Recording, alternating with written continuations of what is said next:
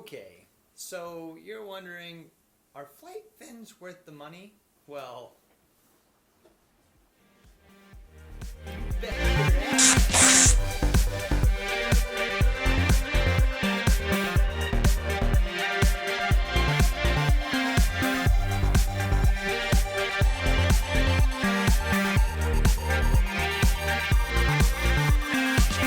This video is for anyone who's been thinking about getting some extra parts for their Onewheel.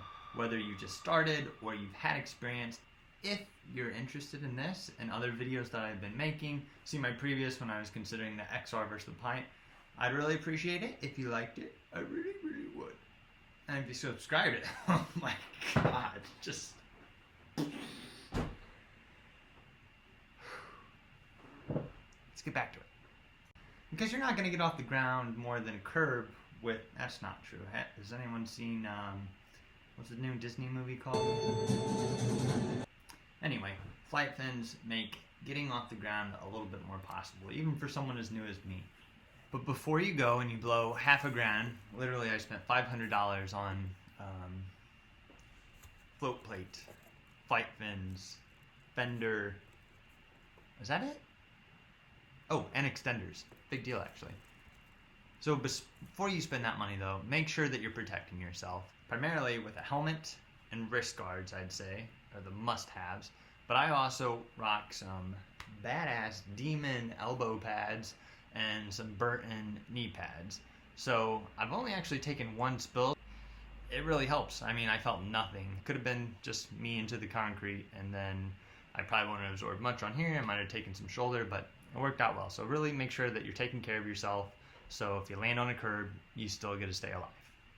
But besides the price, I could just think of maybe the install intimidating people. It wasn't that hard. It's about as easy as it gets. Remove 8 screws. Put plate in place. Cutie.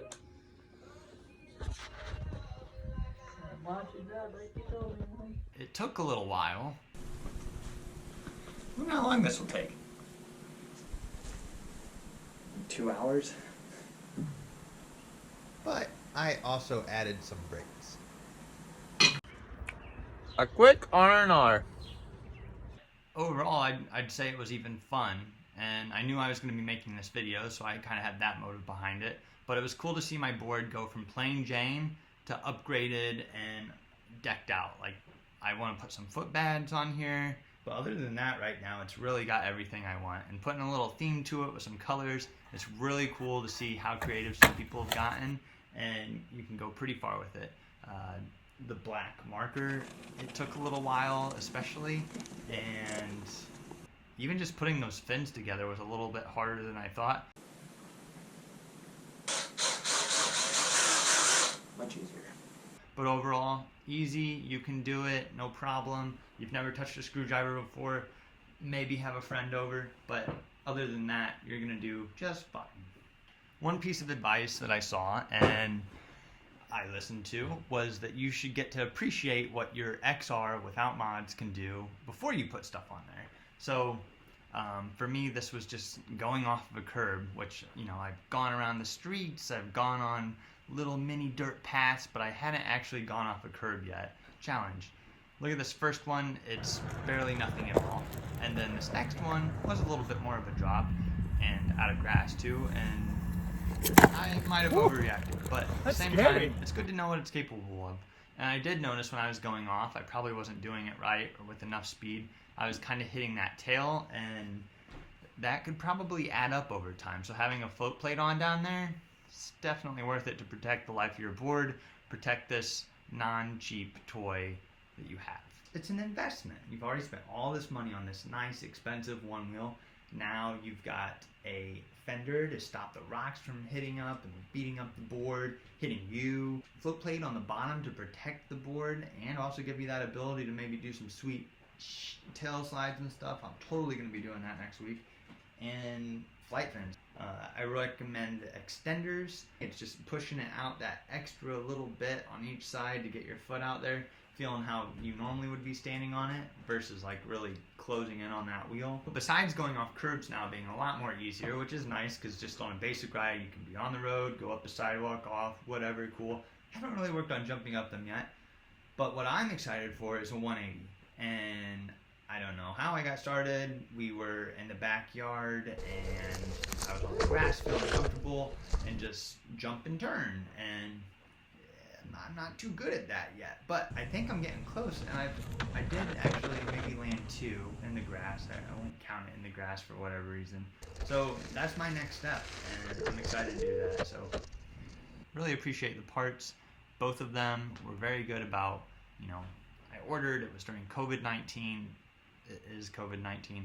Parts came in though, and I was happy with the speed they came. I think people in general need to give every business a break. Like, I see people posting on there like, oh, it was supposed to be back this day, now it's been 2 hours since then. Like, just calm down, you're gonna be okay.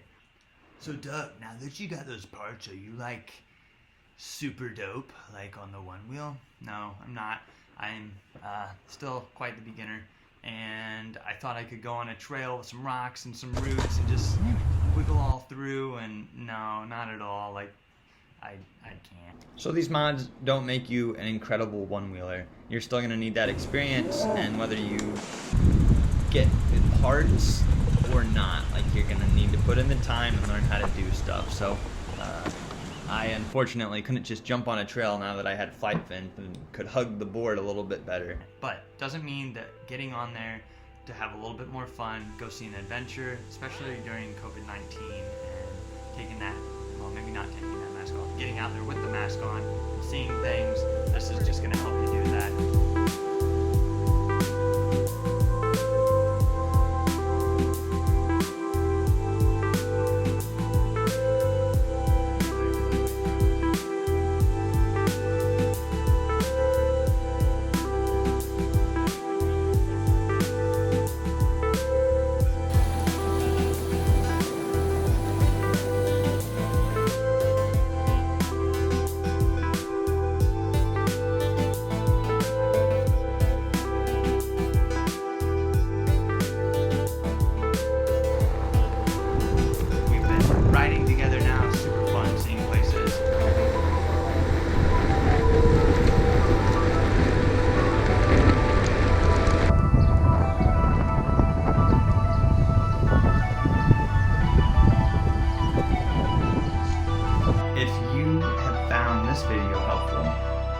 Please like and subscribe. Follow me for my next one. I'd love to give an update on where I'm at. I'm getting that 180.